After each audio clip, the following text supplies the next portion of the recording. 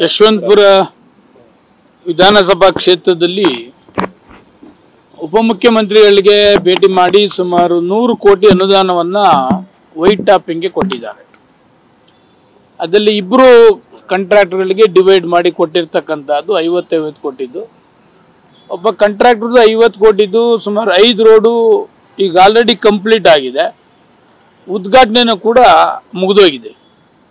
ಇನ್ನೊಬ್ರು ಇದಾಯ್ತಿಲ್ಲ ಅಂತೇಳಿ ಇನ್ನೊಬ್ರು 2 ರೋಡು ಮೈಲ್ಸಂದ್ರ ಮತ್ತು ಕೋಡಿಪಾಳ್ಯ ಎರಡನ್ನು ಸೇರಿ 50 ಕೋಟಿ ಸುಮಾರು ಸತತ 1 ವರ್ಷದಿಂದ ಪ್ರಯತ್ನ ಮಾಡ್ತಾ ಇದ್ದೇನೆ.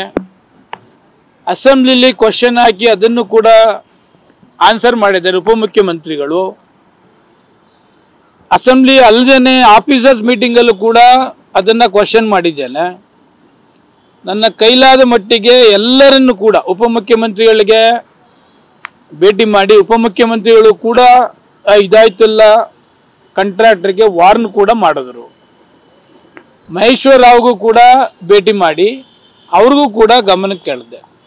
ನಾನು ಭೇಟಿ ಮಾಡ್ತೀನಿ ಜಾಗ ಭೇಟಿ ಮಾಡಿ ಹೇಳ್ತೀನಿ ಅಂತಕ್ಕಂಥದ್ದನ್ನು ಪದೇ ಪದೇ ಹೇಳ್ತಿದ್ದಾರೆ ವಿನ ಆಗ ಮಲ್ಸಂದ್ರ ರೋಡ್ ಏನಾಗ್ತದೆ, 100 ಅಪಾರ್ಟ್ಮೆಂಟ್ಸ್ ಇದೆ, ಇರ್ತಕ್ಕಂಥದ್ದು ಒಂದೇ ರೋಡು, ಇವರು ಮಾಡ್ತಾ ಇಲ್ಲ. ಆ 100 ಅಪಾರ್ಟ್ಮೆಂಟ್ಸ್ನವರು ಪ್ರತಿ ದಿವಸ ಗಲಾಟೆ ಮಾಡ್ತಕ್ಕಂಥದ್ದು, ಪ್ರತಿಭಟನೆ ಮಾಡ್ತಕ್ಕಂಥದ್ದು, ಎಲ್ಲರಿಗೂ ಲೆಟರ್ ಬರೀತಕ್ಕಂಥದ್ದು, ಹಿಂಗೆ ಪದೇ ಪದೇ ಸರ್ಕಾರನ ಇಕ್ಕಟ್ಟಿಗೆ ಸಿಲಿಸ್ತಕ್ಕಂಥದ್ದು, ಶಾಸಕರನ್ನ ಇಕ್ಕಟ್ಟಿಗೆ ಸಿಲಿಸ್ತಕ್ಕಂಥದ್ದು ಕೆಲಸವನ್ನು ಅವರು ಮಾಡ್ತಾ ಇದ್ದಾರೆ. ಸರ್ಕಾರನೂ ಕೂಡ ಮಹೇಶ್ವರ್ ರಾವ್ಗೆ ಡೈರೆಕ್ಷನ್ ಕೂಡ ಕೊಟ್ಟಿದ್ದಾರೆ. ಬಟ್ ಮಹೇಶ್ವರ್ ರಾವ್ ಒಂದು 6 ತಿಂಗಳಿಂದ ನಾನು ಇವತ್ತು ಮಾಡ್ತೇನೆ, ನಾಳೆ ಮಾಡ್ತೀನಿ ಅಂತ ಬೇಜವಾಬ್ದಾರಿ ಆನ್ಸರ್ನ ಮಾಡ್ತಾ ಇದ್ದಾರೆ. ಅದಕ್ಕೆ ಅಂತಿಮವಾಗಿ ನಾನು ಎಲ್ಲ ಸೋರ್ಸ್ ಮುಗಿದ ಮೇಲೆ ಉಪಮುಖ್ಯಮಂತ್ರಿಗಳಿಗೆ ಮಹೇಶ್ವರ್ ರಾವ್ ಗ್ರೇಟ್ ಬೆಂಗಳೂರು ಕಮಿಷನರ್ಗೆ ನಾನು ಒಂದು ಲೆಟ್ರ್ ಕೊಟ್ಟಿದ್ದೇನೆ.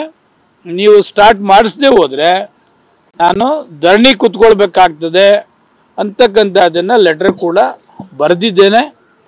ಇಷ್ಟೆಲ್ಲ ಆದರೂ ಕೂಡ ಅವರೇನು ದಪ್ಪ ಚರ್ಮ ಅಂತ ಕಾಣ್ತದೆ, ಯಾವತ್ತೂ ಕೂಡ ತಕ್ಷಣ ಪ್ರೋಸೆಸ್ ಮಾಡ್ತಕ್ಕಂಥದ್ದನ್ನು ಕೂಡ ಮಾಡ್ತಾ ಇಲ್ಲ.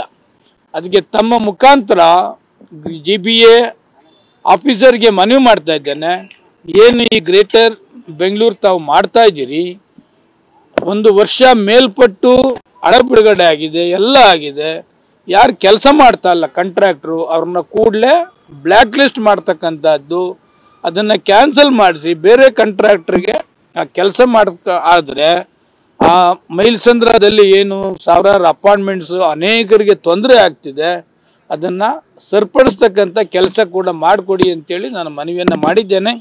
ಮಾಡದೇ ಹೋದ ಪಕ್ಷದಲ್ಲಿ ಮುಂದಿನ ವಾರ ಆ ಅಸೋಸಿಯೇಷನ್ನರು ಆ ಮಲ್ಸಂದ್ರ ಬಡಾವಣೆ ಎಲ್ಲ ಅಸೋಸಿಯೇಷನ್ ಜೊತೆಲಿ ಧರಣಿ ಕೂತ್ಕೊಳ್ತಕ್ಕಂಥ ತೀರ್ಮಾನ ಕೂಡ ಮಾಡಿದ್ದೇನೆ.